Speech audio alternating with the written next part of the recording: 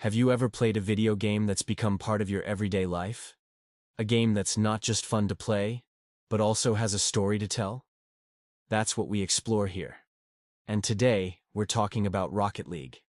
But before we start our story, make sure to hit that subscribe button so you don't miss any new episodes. Before Rocket League, there was Supersonic Acrobatic rocket-powered battle cars.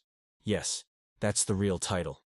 Released in 2008 on PlayStation 3, it was made by a small indie studio called Psyonix. The game had the same basic idea, cars playing soccer, but it never really took off. The controls were clunky, and the title was a mouthful. Still, it built a small but loyal fan base. In 2011, Supersonic was joined by Xbox Live Arcade and PC release, and it gained a few more fans, but it was still a niche title. Undeterred, the team at Psyonix believed in the concept, so they kept refining it, working on a faster, smoother, more polished version of their original idea. Finally, in 2015, it was ready. They called it Rocket League. It launched on PlayStation 4 and PC in July 2015. But this time, things were different. For starters, Sony made the game free for PlayStation Plus subscribers at launch, meaning millions of players got to try it immediately. Word spread fast.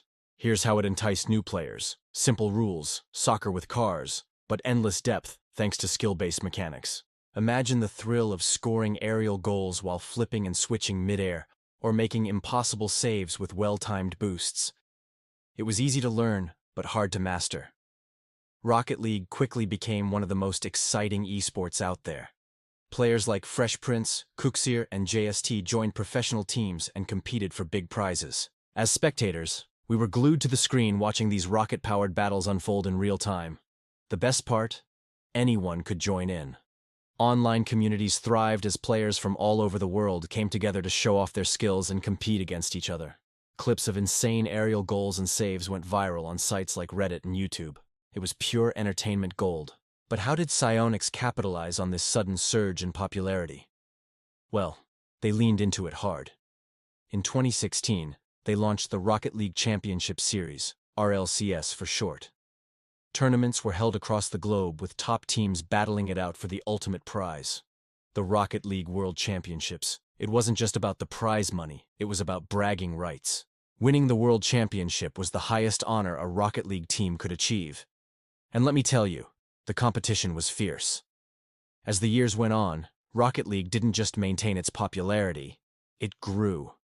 More platforms meant more players and more spectators.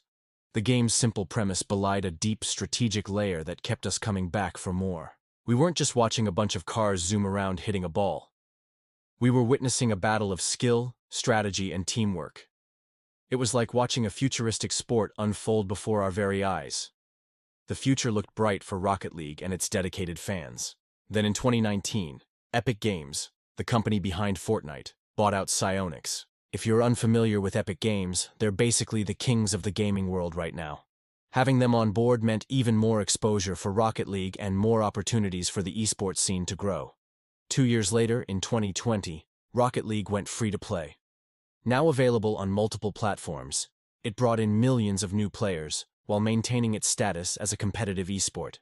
And as of today, Rocket League is considered one of the most successful indie to mainstream success stories in gaming history. It's a shining example of how a small indie game can evolve, adapt, and conquer the hearts and minds of gamers worldwide. So the next time you find yourself glued to the screen watching a Rocket League match, remember the long journey that brought you to that moment. From humble beginnings to global domination, the story of Rocket League is a true testament to the power of gaming. And that's all for today's episode. What are your thoughts? Feel free to drop your comments below. And if you enjoyed this video, make sure to hit that like button. Your support means the world to us. Thanks for joining me. I'll catch you in the next one. Until then, stay safe, stay curious, and keep playing.